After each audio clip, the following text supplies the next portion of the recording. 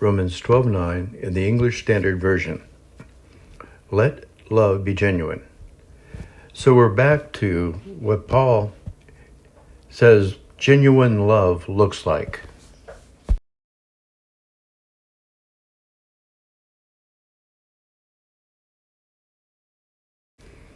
Romans 12:12. Be joyful in hope, patient in affliction, faithful in prayer. I think all these go back to Matthew 22:37. Love God with all your heart. The first and most important commandment.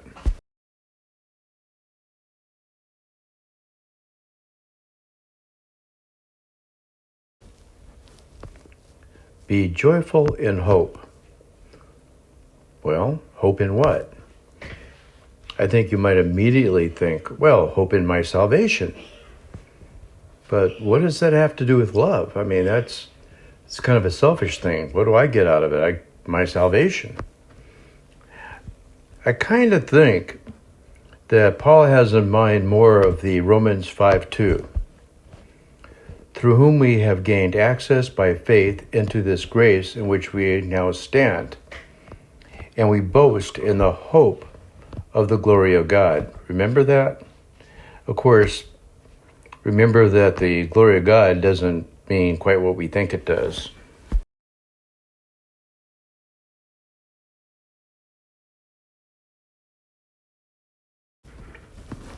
The Greek word translated glory there has a lot of different possible meanings. Just like green can be, she's green with envy. She's on a ship and she's turning green. Well, she's seasick. She's green. She just started a new job, so she's green at the job. Okay, this kind of breaks down the way that one translation translates the word. You can see normally they translate it as glory or glorious. But notice the third one, praise. Now, it's kind of over-representing glorious because whenever a translation committee has a disagreement, they go with the most common, which would be glory or glorious. But I think in this case, praise makes more sense.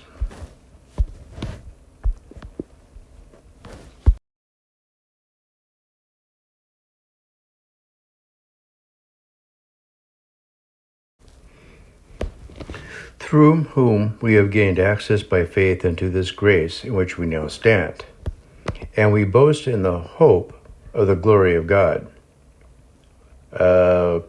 Hope? Glory of God? What do we have to do with God's glory? We have nothing to do with God's glory. And there's no hope about it. God has His glory. So translating the glory of God there doesn't make a lot of sense. But if we think of it as more praise, then you have, and we boast in the hope of God's praise. Or as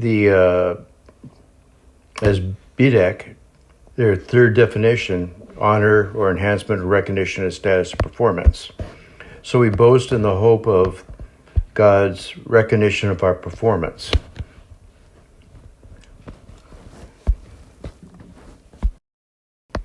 So what does that have to do with be joyful in hope? Well, it's the hope of God's recognition of our performance or God's praise. And when you love somebody, getting their praise is a pretty important thing. So I think the idea there is if you love God, then you're going to want to receive His praise.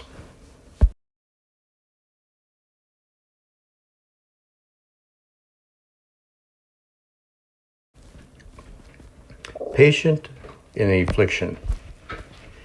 Well, I think how that relates to love, it's, again, like I said, I think it relates to the love of God. You're willing to suffer for Him. Because of your love of God, you're willing to endure.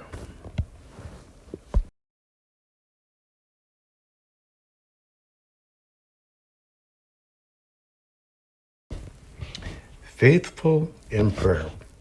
What does that have to do with love? Well, first of all, I think if you love somebody, you want to talk to them. So if you love God, then of course, then you would want to pray to him. But I think there's something else here too. The Greek word that's translated prayer has the idea of request.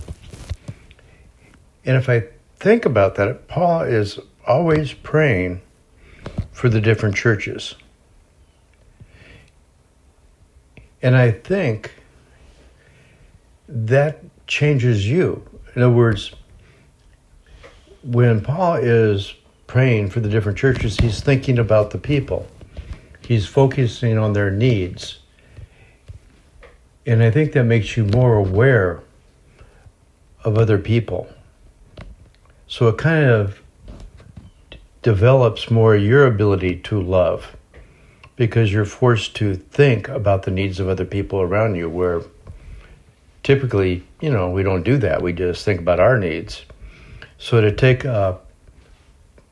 time and actually think about what other people are going through increases our ability to love other people.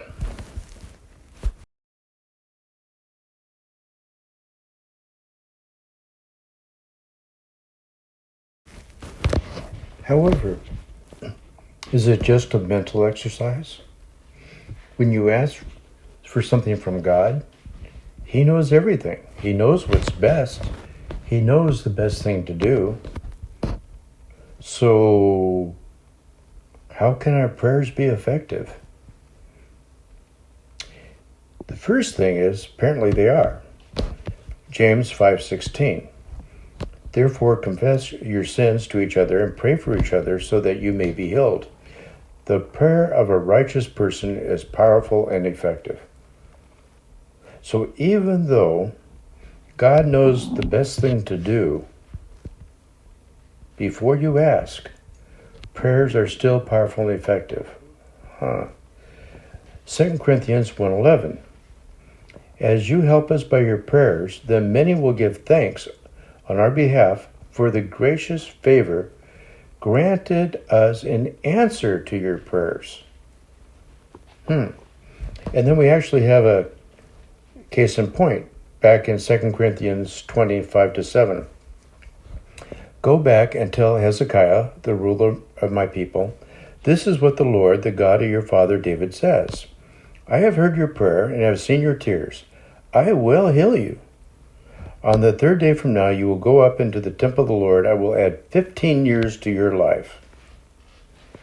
So there you have an example of where Hezekiah's prayers changed what God was going to do.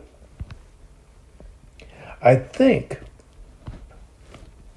what all this implies is that a lot of times God knows the best things to do, but he holds back unless the saints ask him to do something. And sometimes, like in the case of Hezekiah, he did something that was not in the best interest of Israel. Because Hezekiah did not die, he showed emissaries from another nation all the riches of the temple. And later on, they came and destroyed the temple and took all the treasures. So if he had died, then he would not have shown them that, and the temple would not have been destroyed.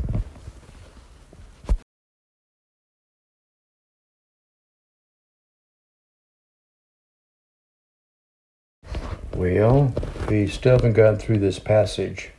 So next week we will continue on.